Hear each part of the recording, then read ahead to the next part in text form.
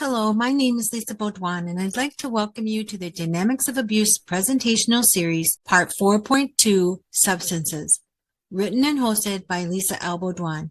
Copywritten 2019, Lisa L. Baudouin, all rights reserved.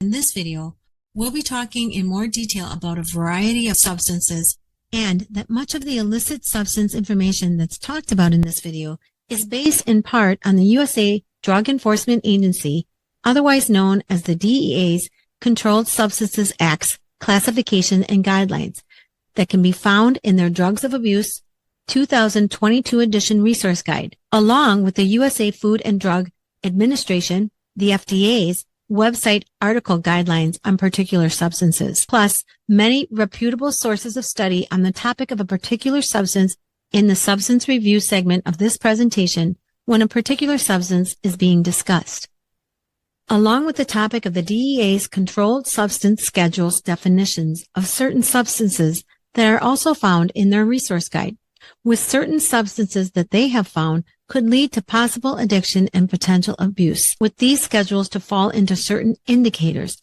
as defined and described within their resource guide, which includes Indicator Item 1, which I quote states, "The following items are indicators that a drug or other substance has a potential for abuse. 1. There is evidence that individuals are taking the drug or other substance in amounts sufficient to create a hazard to their health or to the safety of other individuals or to the community." And then after the substance review in this presentation, we'll again look at how any substance that's being taken that has a potential negative effect on anyone to create an addiction can clearly be seen as a violator in the models of the dynamics of abuse. We'll then finish up with some question and answer forms for you to write down, along with various therapies that can be used to overcome any potential negative addiction. Also, as this presentation includes a great deal of additional information, at times you'll see a source internet link on the bottom of the slide of where I've gotten that information. These credits will also be included at the end of each video session. Also, please know that everything that's presented in these video sessions are based on my experiences and interpretations only. I'm not the doctor or therapist, I'm the patient. So I'm simply here to convey the experiences that I've gone through, along with some educational tools and theories, many of them that I've come up with myself, to try to help others so that they don't suffer the things that I have. And before we continue, I must also warn you that this presentation contains topics such as abuse, violent and sexual behaviors, and addictions. Therefore, viewer discretion is advised. And please know that you are never alone. If you or someone you know is suffering from abuse of any kind, please call 911 immediately. If you're suffering from manic depression or suicidal thoughts, or you just need someone to talk to, please call the National Suicide Hotline number at 1-800-273-8255, or the Substance Abuse and Mental Health Services Administration's hotline number at 1-800-662-4357. There are also now many national as well as international advocacy resources, including international suicide hotline numbers. So please reach out to one of those groups if you need help.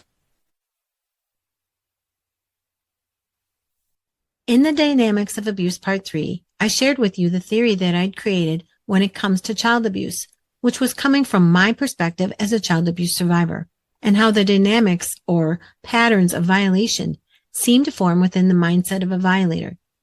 In that situation, the violator is a person who's abused a child. So first, let's briefly take a look at those 5 dynamics of abuse when it comes to child abuse, as sometimes it's easier to see violation in a different situation, yet with similar patterns of violation. At this point, we're also going to visualize this tornado of abuse forming right in front of us as we stand on the ground and watch it happening. Really, what we're doing from this perspective is visualizing the dynamic patterns of abuse forming. And then in the upcoming slides, what we'll be doing is taking a look at that tornado of abuse from right above it, as in that way we can also identify the variables within each dynamic pattern, which are the possibilities of why the dynamics are being created. In that perspective, we can also visually see what's at the core of this tornadic expression, which, once the abuse has happened, includes the subject who's turned into a violator and a target who's turned into a victim, and any witnesses that actually see the abuse. And so, breaking down the dynamics of abuse, the first dynamic would be the subject's predisposition. This is the storm, which that subject will turn into a violator once the abuse takes place. The second dynamic are the abusive roles, which everyone, including society, hold a role when it comes to any type of violation. In the situation of child abuse, a particular child either has been in or comes into the path of the subject, thus creating the vortex. Now, it is my belief that the abusive roles create momentum for the third dynamic, the subject's affirmations, which is part of the subject's delusion, that once the subject sees that there's a target in place, that this is a part of that affirmation, that the opportunity to play out their delusion with other variables encourages that delusion to continue. Now, I call the formation of the subject's delusion as it builds the violator's delusional circle.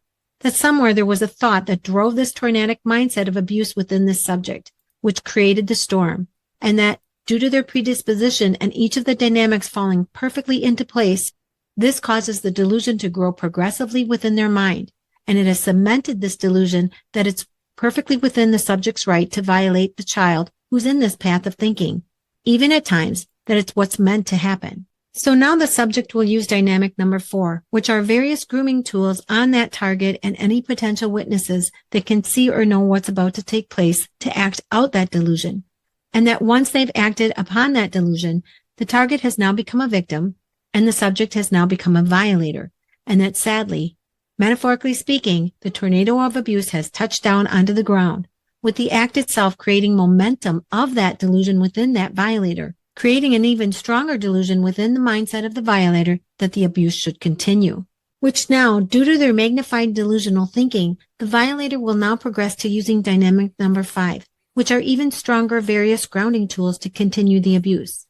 In other words, if the violator feels they're getting away with the abusive act, this can also produce a building emotional affirmation within itself, which will further escalate the violator's delusional beliefs and their grounding tools, with a conviction in their mindset that what they're doing is perfectly okay and within their right to do, and that due to all the dynamics falling into place thus far, the violator can at times be convinced that the violation that they're acting out was actually meant to be. And so now that we've taken a look at the dynamics of abuse model when it comes to child abuse, we can now expand that model of abuse to all violations and all violator types, which I've broken down the violator types into people, substances, and activities. And so in this video, we're going to be concentrating on substances, which are things that you drink, swallow, smoke, or apply to the skin that can potentially create a negative addictive response. And although I'll also be creating a video in the series for activity types, you can also use this video as a template to help identify and remove any potentially negative activity addictions as well. Which now on this slide, you can see that for both the substances and activities dynamics of abuse models, this model is just slightly different than the model that I've just used for people who violate. First, that the abusive roles are where the subject who turns violator is the substance, and that during the process of initial use, the target will turn into a victim, or better termed to be the user or the addict, as that substance will have a very negative impact on that user, and that user does not seem to be able to stop taking that substance, even though it is causing negative impacts. Next, the difference in dynamics with the first dynamic is the predisposition, which is now where there is the existence or creation of a substance that has somehow become readily available to that target to the point that they cannot use it without limitation. Again, turning them into an addict or a user, with the description of any negative addiction being a negative impact on a person's physical health, mental state, financial, and social livelihood. The second dynamic in this model describes how the target gets into the path of the substance, making the substance available for the target to try. Dynamic number 3, the affirmations, are where the target will have the variable reasons of why they think they must turn to this substance. Dynamic number 4 are the grooming tools. These are the variable tools that the substance will now begin to use in the physical body of that target, creating the delusion in that target's mind that they need to take more of that substance, with dynamic number 5 being where continued use creates such cravings to the point of addiction for that target who now has become the victim.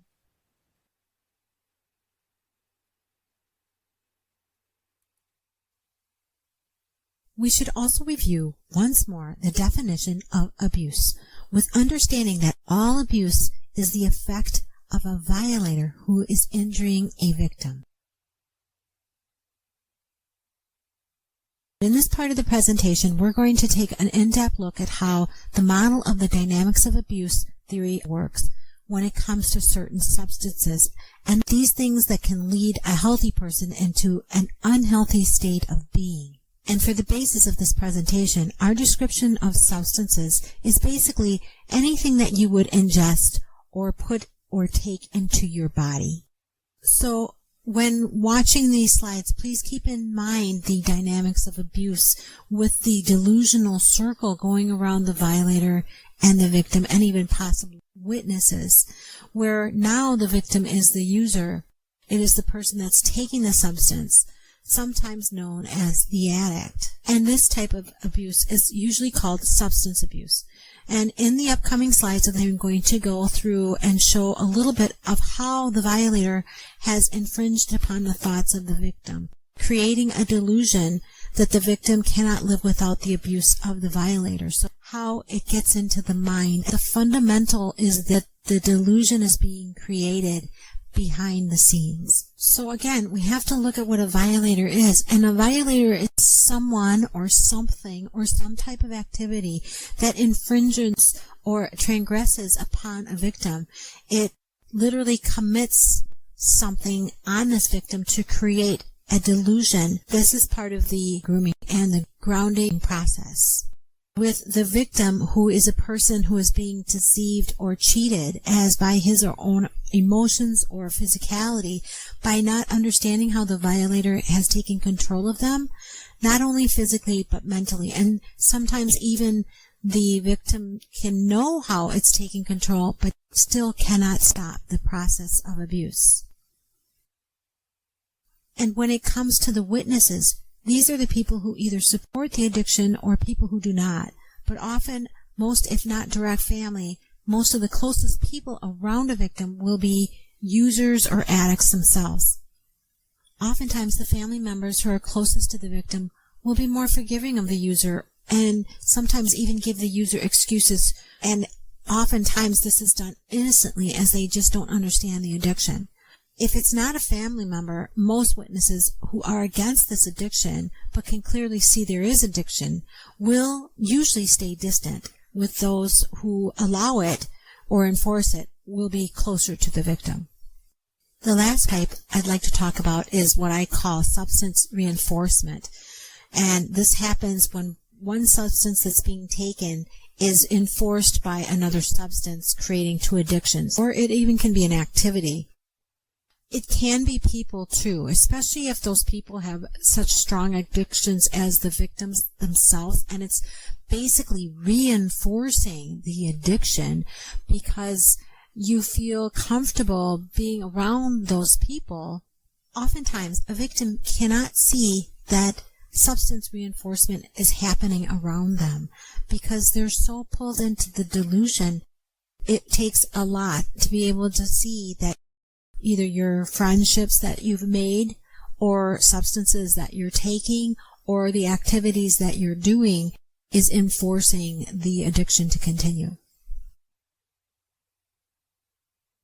So let's take a look at the word addiction and its definition, which is the state of being enslaved to a habit or practice or to something that is psychologically or physically habit-forming, as narcotics, to such an extent that its cessation, which means to try to stop it, causes severe trauma.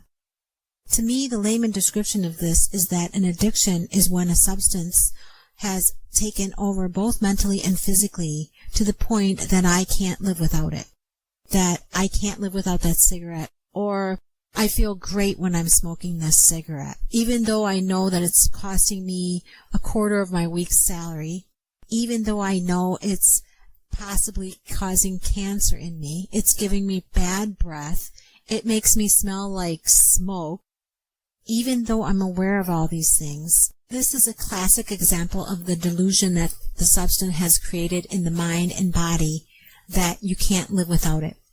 And so let's talk a little bit about how some of the ways these substances, in particular drug substances, get into the mind and the body.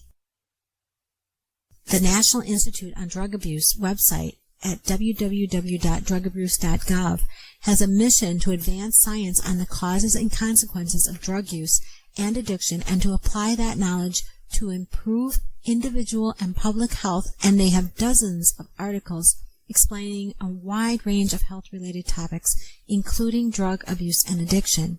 The initial decision to take drugs is usually voluntary, and even at times your body is asking you not to take that drug. But with continued use, a person's ability to exert self-control can become seriously impaired, which is the hallmark of addiction. This is largely in part because of a chemical called dopamine, which is a neurotransmitter that's present in regions of the brain circuits that regulate the sensation of pleasure. These are what give us that feel-good sensation when we've done something good, or when we're in love or we're having fun prior to taking any kind of drug. And for most drugs of abuse, what happens is it directly or indirectly floods those circuits with dopamine.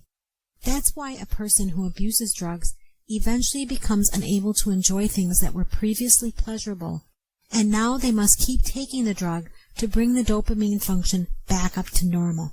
Sort of like a rubber band, and it's stretching it, and so the more you take, the more flooded your brain gets, and the more you tolerate the drug, which of course only makes the problem worse and often leads to having to have larger amounts of the drug to produce the familiar dopamine high. Research also indicates that the reward pathway may be even more important in the craving associated with an addiction compared to the reward itself, and that there's a noted difference in brain activity between addiction and dependence that involves specific areas of the brain separate from the reward pathway. For example, for someone who has a dependence, if the drug is stopped, the person will suffer a withdrawal syndrome. But they are not compulsive users and are not addicted, where addiction to a substance is a chronic, relapsing brain disease that is characterized by compulsive drug seeking and use despite harmful consequences. So addiction is considered a brain disease because drugs change the brain structure and how it works. And now, by using brain imaging technologies such as PET scans, we can see how different drugs specifically affect the structures within the brain, which can help explain the compulsive and destructive behaviors of an addiction.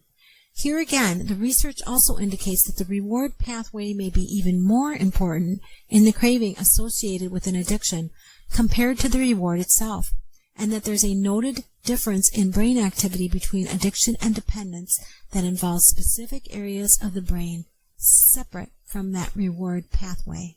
The same sort of mechanisms involved in the development of tolerance can eventually lead to profound changes in neuron and brain circuitry with the potential to severely compromise the long-term health of the brain. For example, glutamate is another neurotransmitter that influences the reward circuit and the ability to learn. When the optimal concentration of glutamate is altered by drug abuse, the brain attempts to compensate for this change, which can cause impairment in cognitive function. Similarly, long-term drug abuse can trigger adaptations in habit or non-conscious memory systems. The National Institute of Health also estimate that other factors account for between 40 and 60% of a person's vulnerability to an addiction, and that a person's stage of development and other medical conditions may also be a factor, such as adolescents and people with mental disorders are at a greater risk of drug abuse and addiction than the general population. For an adolescent's brain, their brain is still a work in progress, which puts them at an increased risk for making poor decisions. But also introducing drugs during this period of development may cause brain changes that have profound and long-lasting consequences.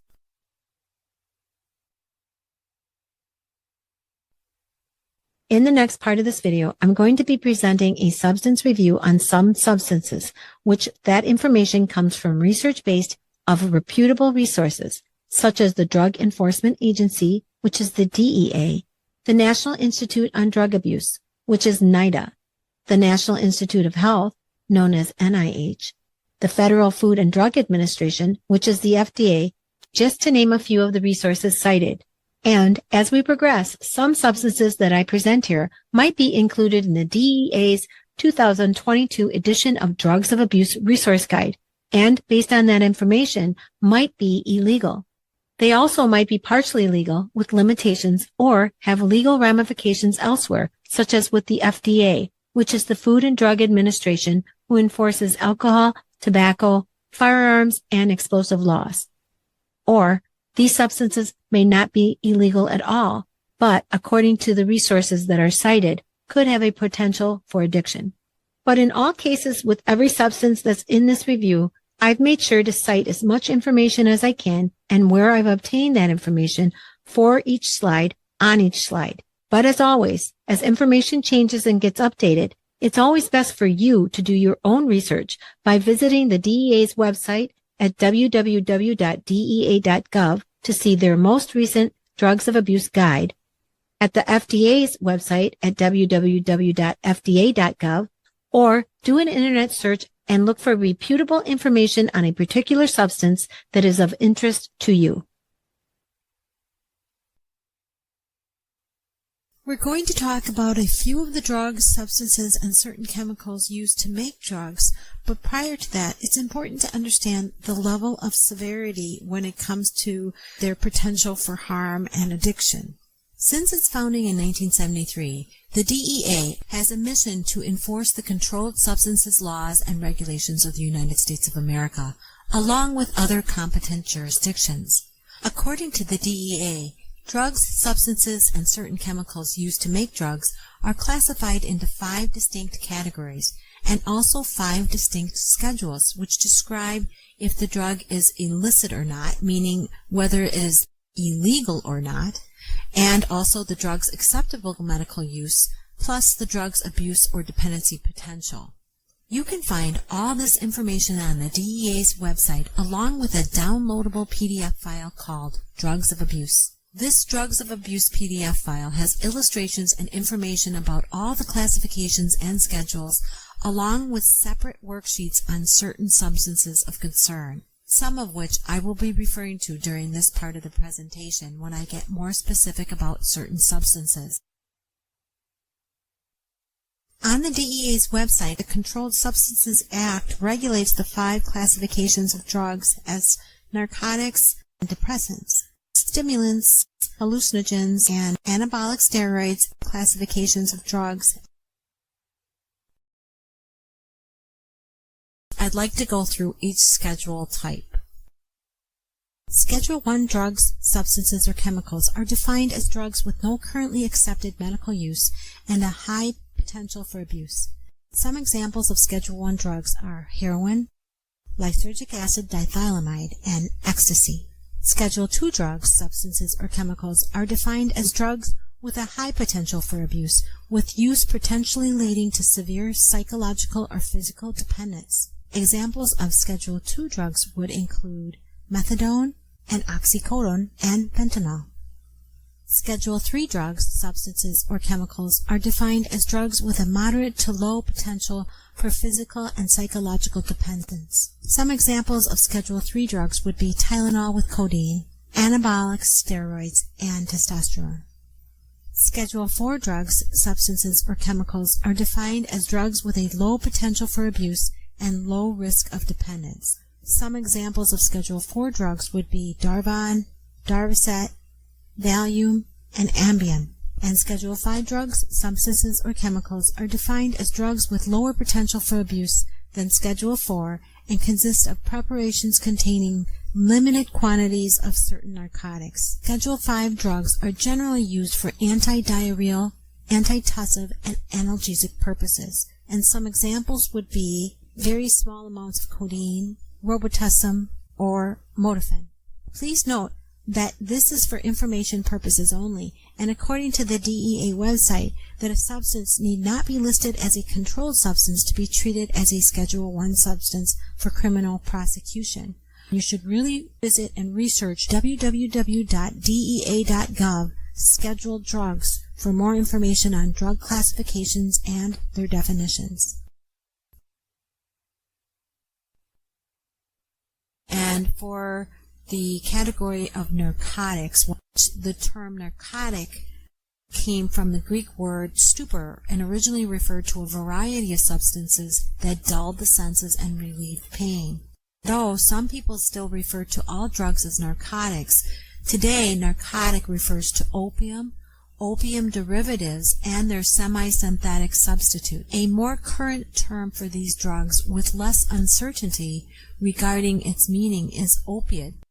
Examples of this illicit drug is heroin and also pharmaceutical drugs like Oxycontin, Vicodin, codeine, morphine, methanol, hydrocodone, and fentanyl.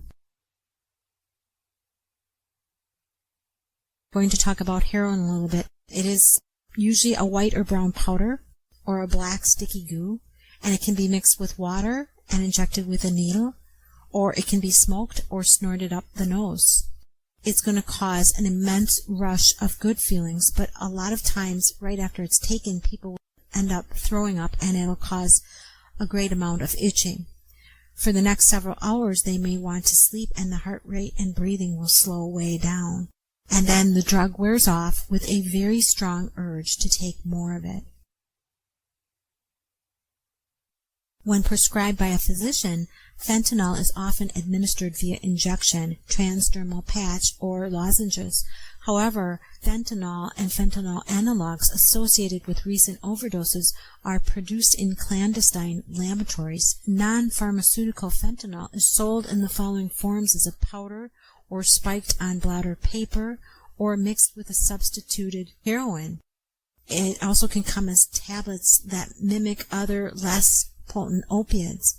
And like heroin, morphine, and other opiate drugs, fentanyl works by binding to the body's opiate receptors, which are found in areas of the brain that control pain and emotions. When opiate drugs bind to these receptors, they can drive up the dopamine levels in the brain's reward areas, producing a state of euphoria and relaxation. Another substance you can easily become addicted to are painkillers. And here I've just have two different types of painkillers, but there are so many out there. These two are part of the opium family. Another classification from the DEA Drugs of Abuse fact sheet are depressants, which will put you to sleep, relieve anxiety and muscle spasms, and prevent seizures when properly taken.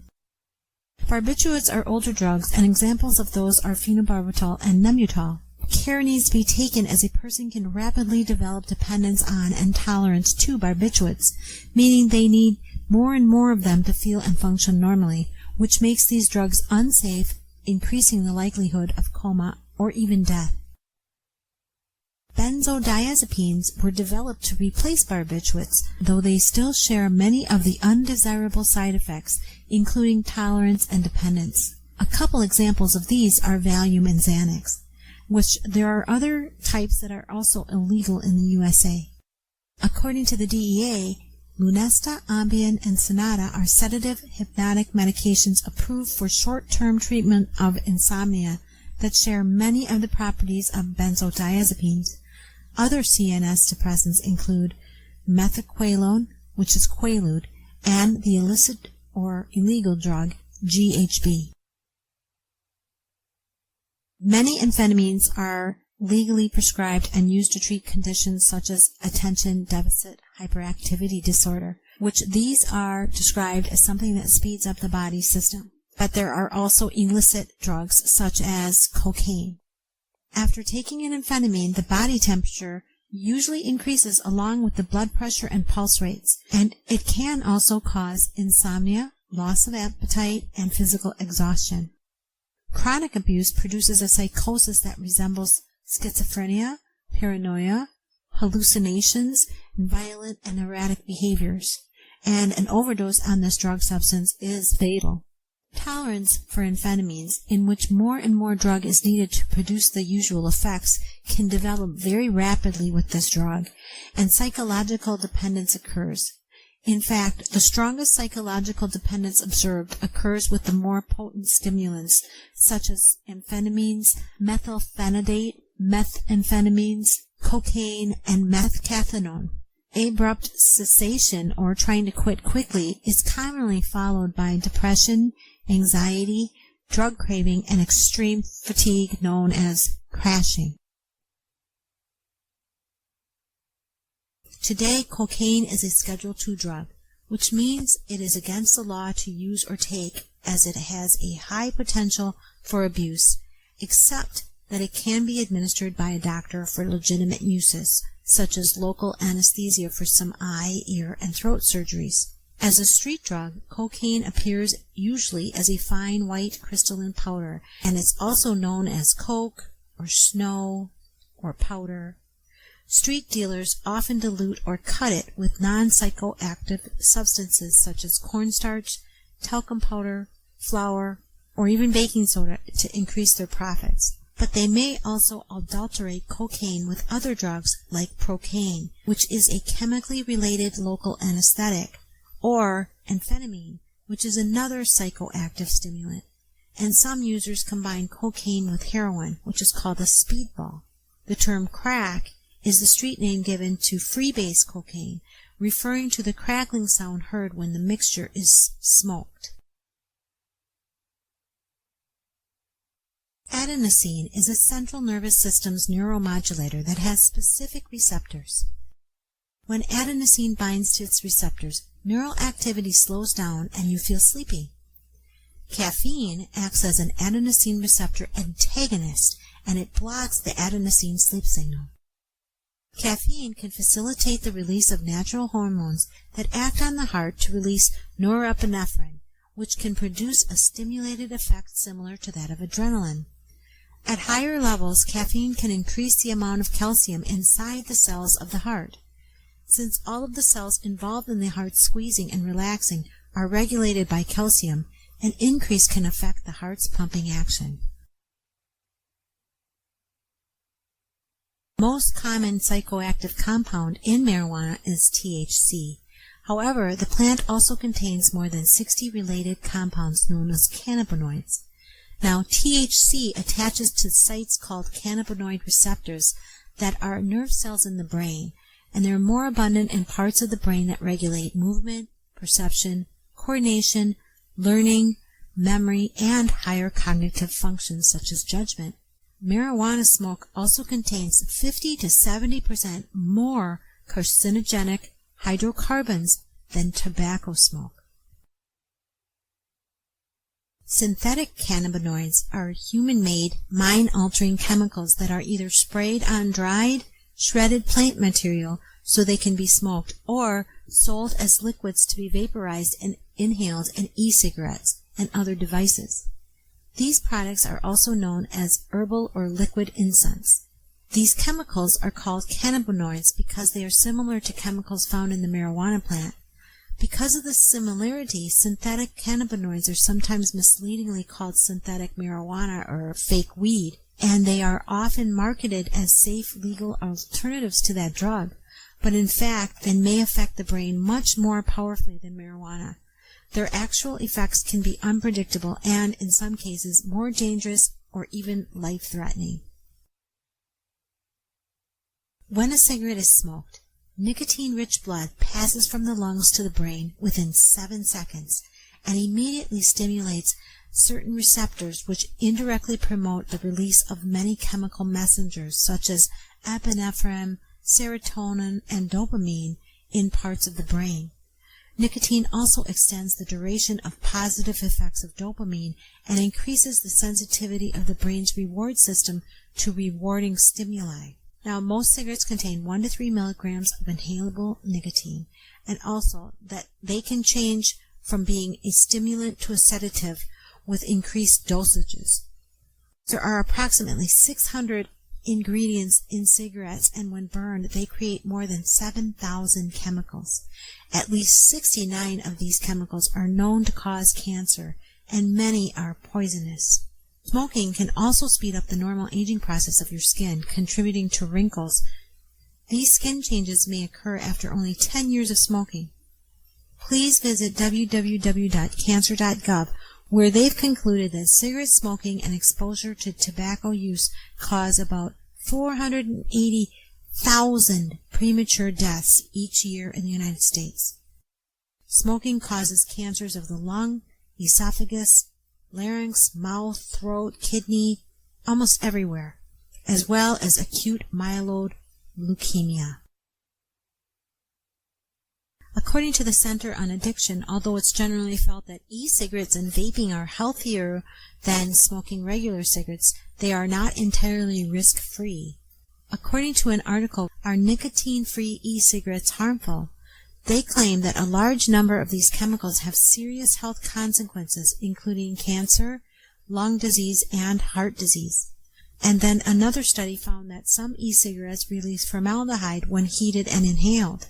So if you are smoking e-cigarettes or you are vaping, please make sure that you do your own research, find out what the chemicals are actually doing within your body. Alcohol, which is a depressant, can also be an indirect stimulant. Alcohol alters levels of neurotransmitters, signals throughout the body that control thought processes, behavior, and emotion. It also increases glutamate, which slows down brain pathways, and increases the GABA transmitter, which creates the sluggish movements and slurred speech, all while also injecting amounts of dopamine into the brain's reward center, giving you that pleasurable feeling. Alcoholism is a disease that can ravage a person's body and mind, and it is someone who cannot stop drinking. It takes away their physical and mental health. The potential is even worse when opiates are combined with alcohol, causing the effects of the alcohol to almost double, which can be life-threatening. Hallucinogens are among the oldest known group of drugs used for their ability to alter human perception and mood. Hallucinogens come in a variety of forms, including psilocybin mushrooms or magic mushrooms, lysergic acid dithylamide, which is LSD, and ecstasy, among just a few of the different types of substances. MDMA, or ecstasy tablets, are sold in many colors with a variety of logos, and LSD is sold in the form of impregnated paper or blotter paper, typically imprinted with colorful graphic designs. Sensory effects with hallucinogens include perceptual distortions that vary with dose, setting, and mood. Psychic effects include distortions of thought associated with time and space, but these are just a few of the hallucinogens. According to the DEA, anabolic steroids are synthetically produced variants of the naturally occurring male hormone testosterone. The full name for this class of drugs is androgenic anabolic steroids. Some of the most abused steroids include decaderburolina, durabolin, along with others. The common street names for anabolic steroids include Arnold's, Jim, Candy, Pumpers, Stackers, and many more. There is an increasing concern regarding possible serious health problems that are associated with the abuse of steroids, including both short-term and long-term side effects, such as heart damage and stroke. Please visit the DEA website and look up anabolic steroids for more information. Inhalants are invisible, volatile substances found in common household products that produce chemical vapors that are inhaled to induce psychoactive or mind-altering effects. Inhaled chemicals are rapidly absorbed through the lungs into the bloodstream and quickly distributed to the brain and other organs. Nearly all inhalants produce effects similar to anesthetics, which slow down the body's function. Within minutes of inhalation, the user experiences intoxication along with other effects similar to those produced by alcohol.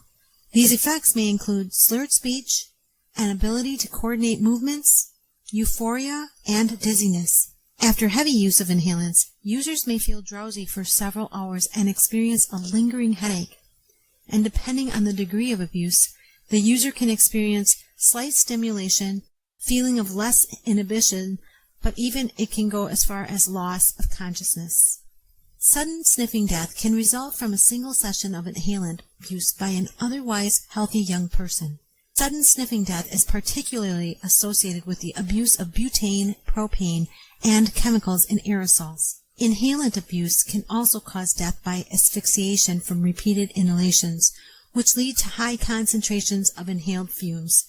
displacing the available oxygen in the lungs, suffocation by blocking air from entering the lungs when inhaling fumes from a plastic bag placed over the head, and, horrifically, choking from swallowing vomit after inhaling substances. Inhalants can be deadly. Please visit the DEA website for more information on inhalants. We're going to just touch base quickly on binge eating and food addictions, because I want to point out that in this particular instance, when I'm talking about violators of substances, it can be a food or something that you're drinking or taking into your body that would cause an unhealthy repercussion for the health and well-being of a person. The National Center for Biotechnology Information advances science and health by providing access to biomedical and genomic information. In an article that they have on their website called Binge Eating Disorder and Food Addiction, they claim binge eating disorder, or BED, shares many characteristics with addictive behavior, including diminished control and continued eating despite negative consequences.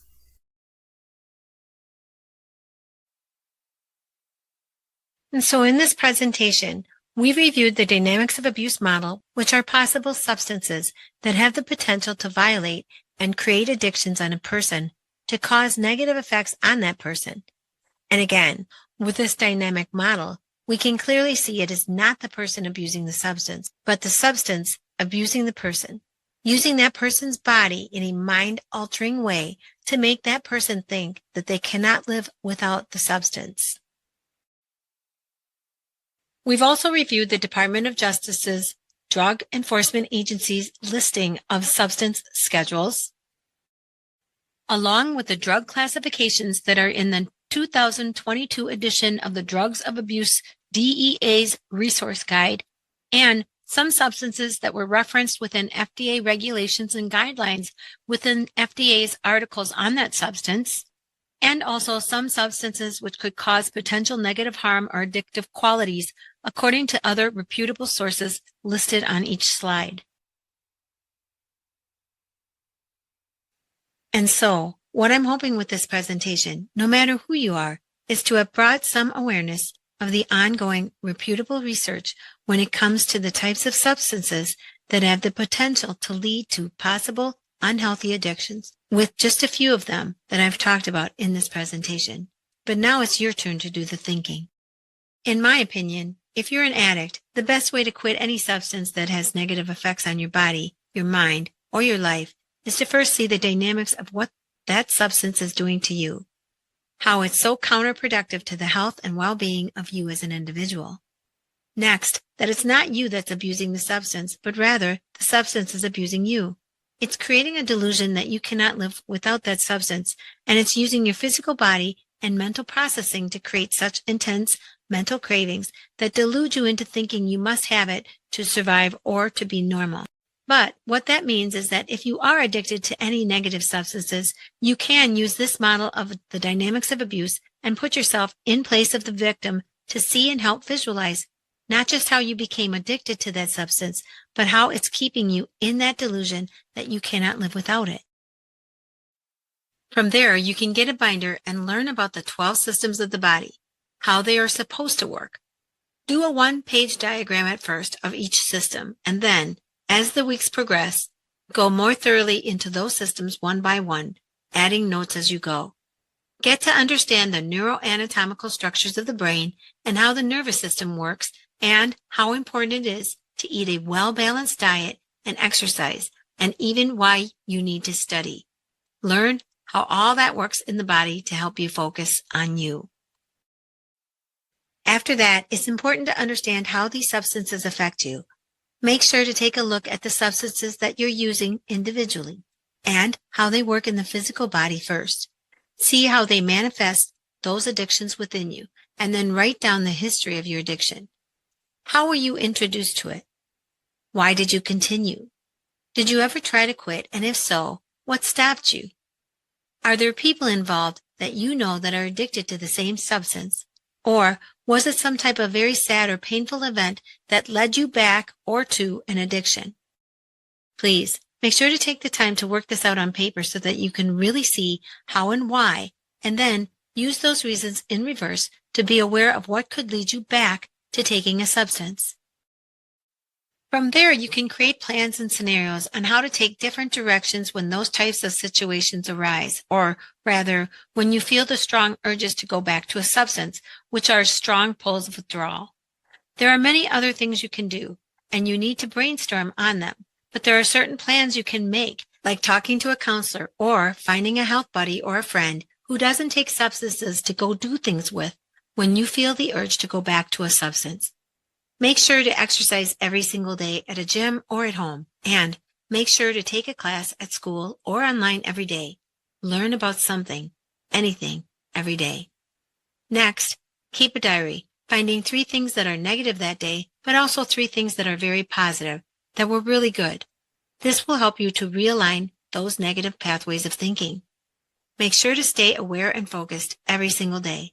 Tell yourself that prior to any events that will cause you stress or sadness or pain, even in years to come, they will not lead you back. And if you do these things, if you keep this in mind and you stay aware and focused, then you are well on your way to recovering any addiction. Because the more we can become mindful and educated on the topics of abuse and addictions, along with the tools we can use to stop and even prevent them, the more we will all live healthier and happier lives. This concludes Session 4.2 on the dynamics of abuse on substances. Please find the link below to find the next session. Thank you. Hello, this is Lisa Baudouin. If you or someone you know is suffering from depression or suicidal thoughts, please know that you are never alone. And now, 988 has been designated as the new 3-digit dialing code that will route callers to the National Suicide Prevention Lifeline, now known as the 988 Suicide and Crisis Lifeline, and is now active across the United States. When people call, text, or chat 988, they will be connected to trained counselors that are a part of the existing Lifeline network. These trained counselors will listen and provide support and connect you to other resources if necessary. The previous Lifeline phone number, 1-800-273-8255, will always remain available to people in emotional distress or suicidal crisis. So please, make sure to reach out to these groups in times of need. Thank you.